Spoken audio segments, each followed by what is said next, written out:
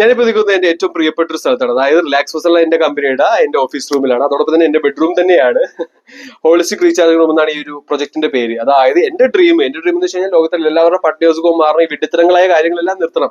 അതായത് കണ്ടില്ലേ, ലിപ്സിൻ ഫയലെല്ലാം വന്നപ്പോൾ കുഞ്ഞുങ്ങളെല്ലാം സെക്ഷലി അവർ അബ്യൂസ് ചെയ്യുന്നു. പ്രായഭേദമന്യേ ഓക്കെ, കുഞ്ഞു മുതൽ എന്റെ കാശിന്റെ പ്രായം മുതലുള്ള കുഞ്ഞുങ്ങളെ അവർ സെക്ഷലി അബ്യൂസ് ചെയ്യുന്നു.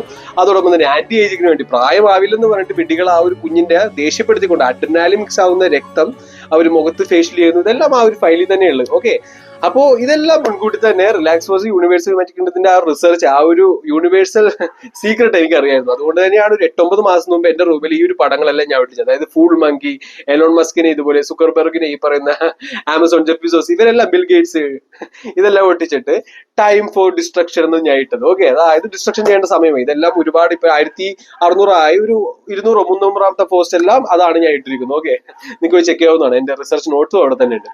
അപ്പൊ ഇതെല്ലാം മുൻകൂട്ടി അറിഞ്ഞിട്ടും അതോടൊപ്പം തന്നെ അതുകൊണ്ട് തന്നെയാണ് ഈ പറയുന്ന പിണറായി വിജയനും ഈ പറയുന്ന നരേന്ദ്രമോദി എല്ലാം ആ ഒരു വിഡ്ഢികളെ മുമ്പിൽ നിർത്തിക്കൊണ്ട് അവർ ചെയ്യുന്നു മാത്രം. ഓക്കെ, ഈ പറയുന്ന ഹോസ്പിറ്റൽ സിസ്റ്റം ആയിട്ടുള്ള ഡമ്മി ഡോക്ടേഴ്സിന് അതുപോലെ തന്നെ കഴിഞ്ഞ ദിവസം ഒരു റിപ്പോർട്ട് ഉണ്ടായിരുന്നു. ഈ പറയുന്ന നമ്മുടെ ലെജിസ്ലേറ്ററിൽ ഒരു ബുദ്ധിയുള്ള ഒരാൾ, അതാണ് ഞാൻ പറഞ്ഞേ, എല്ലാവരും അല്ല, 5% ആൾക്കാരുണ്ട്. അവർ ചോദ്യം ചെയ്തു, ഡോക്ടർമാർക്ക് എല്ലാവർക്കും അൺലിമിറ്റഡ് ഇൻസെന്റീവും ഈ പറയുന്ന ഫോറിൻ ട്രിപ്പും ഫോറിൻ കാറും ഇതെല്ലാം കൊടുക്കുന്നു, എന്നിട്ട് വേറൊന്നുമല്ല ഈ ഇഞ്ചക്ഷൻ വെപ്പിക്കണം, ഈ ഇഞ്ചക്ഷൻ മരുന്ന് കൊടുപ്പിക്കണം, ഈ ആന്റിബയോട്ടിക്സ് എടുപ്പിക്കണം, അതാണ് അവരുടെ റെഗുലേഷൻസ്.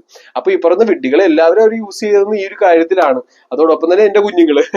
അപ്പൊ ഈ പറയുന്ന മൾട്ടിനാഷണൽ കമ്പനിയുടെ ഫുഡ് ആണെങ്കിലും ഏതൊരു കാര്യമാണെങ്കിലും മരുന്നാണെങ്കിലും ഈ പറയുന്ന വായുവിലുള്ള വിഷമാണെങ്കിലും എല്ലാം അവർ തന്നെ മാനിപ്പുലേറ്റ് ചെയ്യുന്നതാണ്. ഇതെല്ലാം എനിക്ക് അറിയുന്നതുകൊണ്ട് തന്നെയാണ് റിലാക്സ് ഹൗസിന് എതിരെ നിൽക്കുന്നത്. പക്ഷെ ഇത് നോർമലി കേൾക്കുന്ന ആൾക്കാർക്ക് ഇതൊന്നും പറ്റില്ല. പക്ഷെ ഞാൻ ഈ യാത്ര തുടങ്ങിയിട്ട് കുറച്ചധികം നാളായി. അപ്പോ ഇപ്പൊ നിങ്ങളെല്ലാം അറിഞ്ഞു അല്ലെ, എല്ലാവരും ഭയങ്കര സ്റ്റോറി ഇടുന്നു, സ്റ്റാറ്റസ് ഇടുന്നു, സങ്കടം വരുന്നു അല്ലെ, കുഞ്ഞുങ്ങളെല്ലാം ഇങ്ങനെയൊന്നും.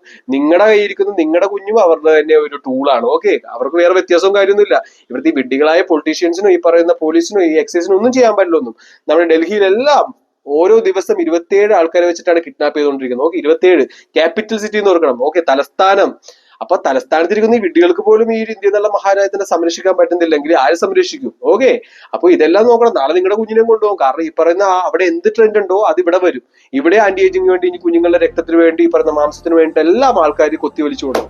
ഇതെല്ലാം ഹൈ ആയിട്ടുള്ള സീക്രട്ട് തന്നെയാണ്. പക്ഷെ ഇപ്പൊ സീക്രട്ട് എല്ലാം പുറത്തു വന്നു. ഓക്കെ, അപ്പൊ ഈ സീക്രട്ട് എല്ലാം അറിഞ്ഞുകൊണ്ട് തന്നെയാണ് റിലാക്സ് ഫോഴ്സ് പറഞ്ഞത്.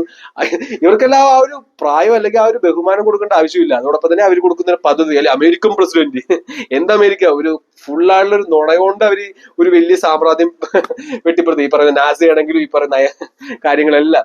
അപ്പൊ ഇതെല്ലാം മാറുന്നതാണ്. കാരണം ഞാൻ പറഞ്ഞേ, സത്യം തന്നെ വളരെ പവർഫുൾ തന്നെയാണ്. സത്യവും ധർമ്മവും ന്യായവും നീതിയിലൊക്കെ തന്നെയാണ് ഈ ഒരു ഭൂമി ഇങ്ങനെ കറങ്ങിക്കൊണ്ടിരിക്കുന്നത്.